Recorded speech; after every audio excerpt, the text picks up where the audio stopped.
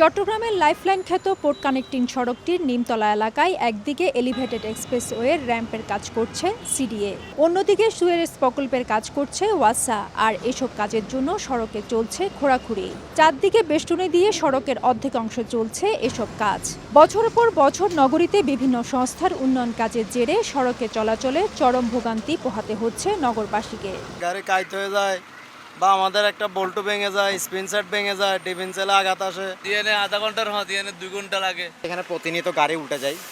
দ্বিতীয়ত প্রচুর জ্যাম। ওইখানে একটা মহিলা মারা গেছে, আর একটা মহিলা পাখাড়ি এখন ভিক্ষা করতে আছে। শুধু এই সড়ক নয়, সিডিএ, ওয়াসা, সিটি কর্পোরেশন সহ বিভিন্ন সংস্থার নানা উন্নয়ন প্রকল্পের কাজের জন্য নগরীর ইপিজেড, হালিশহর, বড়পোল, পাঠানটুলি, ওয়াসার মোড় সহ বিভিন্ন এলাকার সড়কের এমন বেহাল দশা।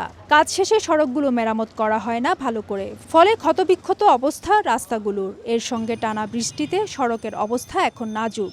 ওরা স্বাভাবিকভাবে রাস্তাটা ভালোভাবে মেরামত করে না, ধরেন লোয়ার বিটগুলো বিছা দিয়ে গেছে। এখান থেকে চোলিং করছে এরা, এটা কি চোলিং এর রাস্তা? এটা তো চিটাং বন্দরের সাথে, এটার সাথে সারা বাংলাদেশের সাথে কানেক্ট। সেবা সংস্থাগুলো, নীতি নির্ধারকরা জনদুর্ভোগের কথা স্বীকার করে বলছেন, দুর্ভোগ কমাতে প্রকল্পগুলো দ্রুত শেষ করার পাশাপাশি বর্ষা মৌসুম শেষে সড়ক মেরামতের উদ্যোগ নেওয়া হবে। কাজটা যাতে কীভাবে শেষ করা যায়, কারণ যতই এটা লেন্দি হবে ততই কিন্তু ভোগান্তি বাড়ছে।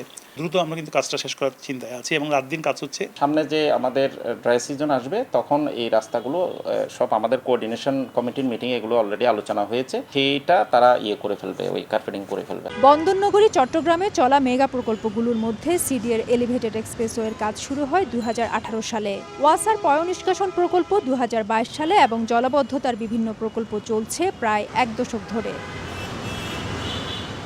উন্নয়নমূলক কাজে সড়ক খোঁড়াখুঁড়ির জন্য দেশে রয়েছে সড়ক খনন নীতিমালা, যে নীতিমালা অনুসারে সড়ক খোঁড়ার আগে বেশ কিছু প্রক্রিয়া অনুসরণ করতে হয়, আর পরে রাস্তা সংস্কারের বিষয়ও অন্তর্ভুক্ত আছে নীতিমালায়। কিন্তু অধিকাংশ ক্ষেত্রে সেই নীতিমালার কোনো বাস্তবায়ন থাকে না, ফলে বছরের পর বছর চলা উন্নয়ন কর্মকাণ্ডের কারণে নগরবাসীর কাছে রাস্তাগুলো যন্ত্রণাদায়ক হয়ে ওঠে। ফেরদৌস লিপি, সময় সংবাদ, চট্টগ্রাম।